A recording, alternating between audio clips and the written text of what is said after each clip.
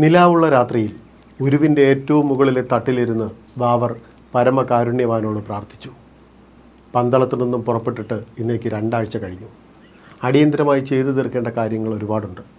ഒരുപക്ഷെ ഇനി അതിന് കഴിഞ്ഞില്ലെങ്കിലോ. ഈ ദുനിയാവിൽ ചെയ്തു കൂട്ടാനുള്ള കാര്യങ്ങളൊക്കെ ഏതാണ്ട് തീർന്നു. ഇനിയുള്ളത് ഒരു മഹായുദ്ധമാണ്. അതിൽ ആരൊക്കെ വാഴും ആരൊക്കെ വീഴുമെന്ന് പടച്ചവന് മാത്രം അറിയാം.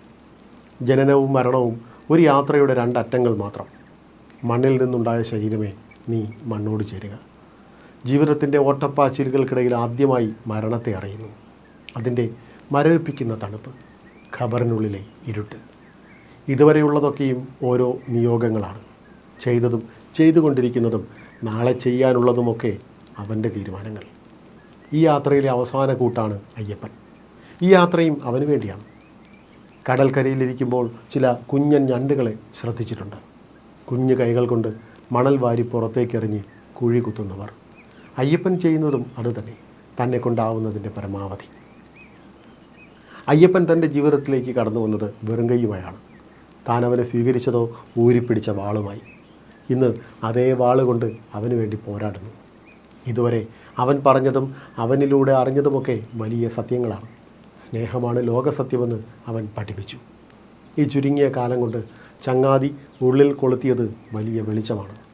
പെരുമ്പാറ്റ എന്ന പൊതുശത്രുവിനെ അമർച്ച ചെയ്തു കഴിഞ്ഞാലും ഇനി ജീവിതം പന്തളത്തെ ചങ്ങാതിമാർക്കൊപ്പമാണ്. കച്ചവടവും കപ്പലോട്ടവും ഒക്കെ ഉപേക്ഷിച്ച് അവർക്കൊപ്പം ജീവിച്ച് മണ്ണടിയണം. കാറ്റ് കിഴക്കോട്ടാണ്. യാത്രയ്ക്ക് ഏറ്റവും മികച്ച സമയം.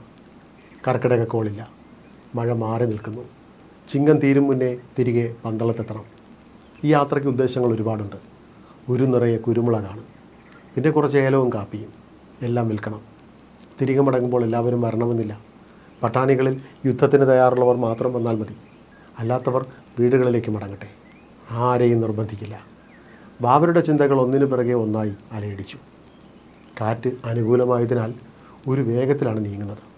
തുഴച്ചിലുകാർ എങ്കിലും ജാഗ്രതയിലാണ്. മുരുജി പട്ടണത്തിലെത്തി കുറച്ച് ചരക്കുകൾ ഇറക്കി. അത്യാവശ്യം നല്ല വിലയും കിട്ടി. ഇനിയുള്ളത് പന്തലായനിയിലേക്കുള്ള യാത്രയാണ്.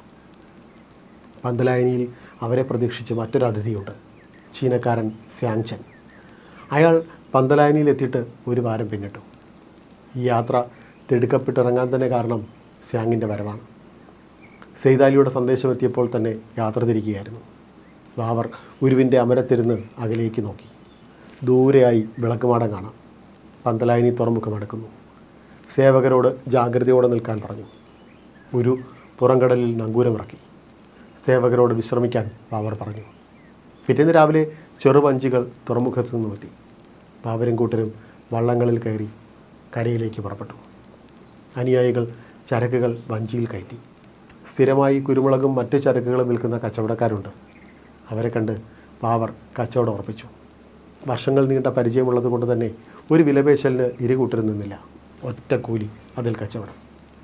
പ്രതീക്ഷിച്ച വില കിട്ടിയപ്പോൾ ബാബർക്കും മനസ്സ് നിറഞ്ഞു. ഇനി സെയ്താലിയെ കാണണം. അയാൾ സേവകർക്ക് ആവശ്യമുള്ള പണം നൽകി. ഇഷ്ടമുള്ളത് വാങ്ങാൻ പറഞ്ഞു. പതിവില്ലാത്ത വിധം കുറേ പണം കിട്ടിയപ്പോൾ അവർ ആദ്യം അമ്പരന്നു. എല്ലാവരും സന്തോഷത്തോടെയും സമാധാനത്തോടെയും ഇരിക്കണം. പടച്ചവൻ തുണയ്ക്കട്ടെ. സേവകർ അയാളുടെ കൈ പിടിച്ച് മുത്തം കൊടുത്ത ശേഷം മടങ്ങി. അവർക്ക് ബാബർ യജമാനൻ മാത്രമല്ല, ആത്മീയ ഗുരു കൂടിയാണ്. അയാളെ ഉപേക്ഷിച്ചു പോകാൻ അവർക്ക് കഴിയില്ല. അതിനി പടപ്പുറപ്പാടിനായാലും പടക്കപ്പലിലായാലും. കുറേ കഴിഞ്ഞ് സെയ്താലി കുതിരവണ്ടിയുമായി വന്നു. അവർ ആലിംഗനം ചെയ്തു.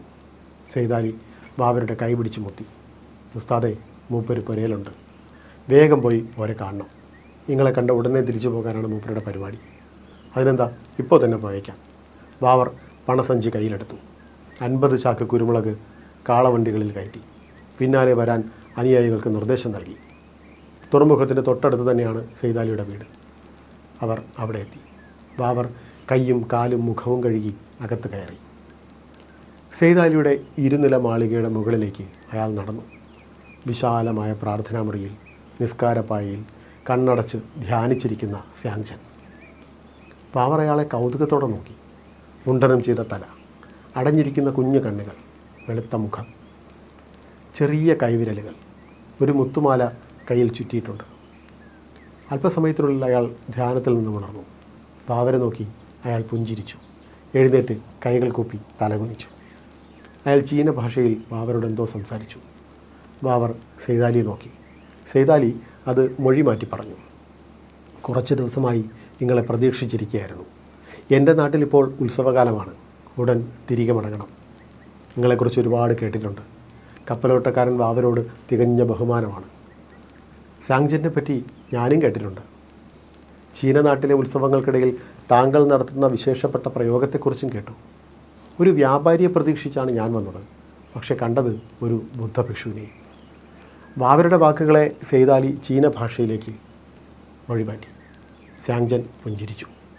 ഒരു സൂഫിക്ക് പോരാളിയാവാമെങ്കിൽ ബുദ്ധഭിക്ഷുവിന് കച്ചവടക്കാരനും ആകാമല്ലോ. അങ്ങയോട് സെയ്താലി കാര്യങ്ങളൊക്കെ പറഞ്ഞിട്ടുണ്ടാവുമല്ലോ.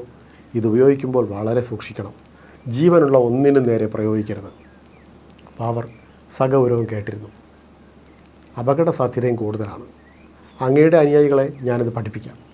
ഞങ്ങളുടെ നാട്ടിലെ ബുദ്ധക്ഷേത്രങ്ങളിൽ വർഷത്തിൽ 4 തവണ പ്രയോഗിക്കാറുണ്ട്. ചടങ്ങുകൾക്ക് വേണ്ടി മാത്രം. എനിക്കിത് കാണാൻ കഴിയുമോ? ബാബർക്ക് അങ്ങോട്ട് ആകാംക്ഷ അടക്കാനായില്ല. സാങ്ജൻ പുറത്തേക്ക് നടന്നു. സെയ്താലിയുടെ വീട്ടിലെ ഒരറയിൽ ഭദ്രമായി സൂക്ഷിച്ചിരുന്ന വലിയ പേടകം താങ്ങിയെടുത്ത് കൊണ്ടുവന്നു. അത് ബാബരുടെ മുന്നിൽ വെച്ച് തുറന്നു. രൂക്ഷമായൊരു ഗന്ധം അവിടെ ആകെ നിറഞ്ഞു. എന്താണിതിൻ്റെ കൂട്ട്? ബാബർ ചോദിച്ചു. വെടിയുപ്പും കരിയും ഗന്ധകവും ഒരു പ്രത്യേക അനുപാതത്തിൽ ചേർത്താണ് ഉണ്ടാക്കുന്നത്. മുളംകുറ്റിയിൽ നിറച്ച് തിരിയിട്ടാണ് പ്രയോഗം. അത് ഞാൻ കാണിച്ചു തരാം. ഇതിനാവശ്യമായ വെടിയുപ്പും ഗന്ധകവും കണ്ടെത്തേണ്ടി വരില്ലേ? ബാബർ ചോദിച്ചു. അത് വേണ്ടി വരില്ല. നിങ്ങൾക്ക് ആവശ്യമുള്ള അത്രയും മിശ്രിതം ഞാൻ പേടകത്തിൽ കരുതിയിട്ടുണ്ട്, അയാൾ പറഞ്ഞു. ബാബരുടെ സേവകർ കാളവണ്ടികളിൽ നിന്നും കുരുമുളക് ചാക്കുകൾ ഇറക്കി. സാങ്ജൻ ചാക്കിൻ്റെ കെട്ടഴിച്ചു. അയാൾ കുരുമുളക് കണ്ട് പുഞ്ചിരിച്ചു. ബാബർ പണക്കിഴി സാങ്കിന് നൽകിയെങ്കിലും അയാൾ നിരസിച്ചു. കുരുമുളകിന് മുകളിലല്ലല്ലോ പണവും പൊന്നും ഒന്നും. അയാൾ ബാബരെ ആലിംഗനം ചെയ്തു. അന്ന് രാത്രി പന്തലായിനി ആകെ വിറപ്പിച്ചൊരു ശബ്ദമുണ്ടായി. സാങ്ജൻ്റെ കരിമരുന്ന് പ്രയോഗം. ബാബരും അനുയായികളും ചെവി പൊത്തി. സാങ്ജൻ തറയിൽ തറച്ചു നിർത്തിയ മുളംകുറ്റികളിലെ തിരികളിൽ ഒന്നൊന്നായി കൊളുത്തി. കൂട്ടപ്പൊരിച്ചിൽ. ബാബർക്ക് ആനന്ദത്തിന് അതിരില്ലായിരുന്നു. അയാൾ സന്തോഷത്തോടെ സാങ്ജനോട് യാത്ര പറഞ്ഞ് തിരികെ ഉരുവിലേക്ക് മടങ്ങി. സെയ്താലിക്കും കൊടുത്തു ഒരു പണക്കിഴി. ചീന പട്ട് പൊതിഞ്ഞ ആ പേടകം സൂക്ഷിച്ച് ഉരുവിലേക്ക് കയറ്റാൻ സെയ്താലി സഹായിച്ചു. ഉരുവിൽ തന്നെയും പ്രതീക്ഷിച്ച് നിൽക്കുന്ന സേവകരെ കണ്ട ബാബർ അമ്പരന്നു. യുദ്ധത്തിൽ പങ്കാളിയാവാൻ താല്പര്യമുള്ളവർ മാത്രം വന്നാൽ മതിയെന്ന് ബാബർ പറഞ്ഞിരുന്നെങ്കിലും ഒരാൾ പോലും പോയിട്ടില്ല. എല്ലാവരും അതാ പടപ്പുറപ്പടന്ന് സന്നദ്ധരായി നിൽക്കുന്നു. ബാബരെ കണ്ട അവർ ആവേശത്തോടെ ആർത്തു വിളിച്ചു. കുലു തക്ബീർ, അല്ലാഹു അക്ബർ, അയ്യപ്പ തിന്തകത്തോവും തോവും, മണികണ്ഠൻ തിന്തകത്തോവും. ബാബരും ആ ആവേശത്തിൽ പങ്കുചേർന്നു. ആ രാത്രി അവർക്ക് ആഘോഷത്തിൻ്റേതായിരുന്നു. എല്ലാ കച്ചവടങ്ങളും ബാധ്യതകളും ഉപേക്ഷിച്ച് ഇനി പടപ്പുറപ്പാടിനുള്ള ഒരുക്കം. പിറ്റേന്ന് രാവിലെ അവർ തെക്കോട്ടേക്ക് തിരിച്ചു. ഇനി നേരെ പന്തളത്തിലേക്ക്.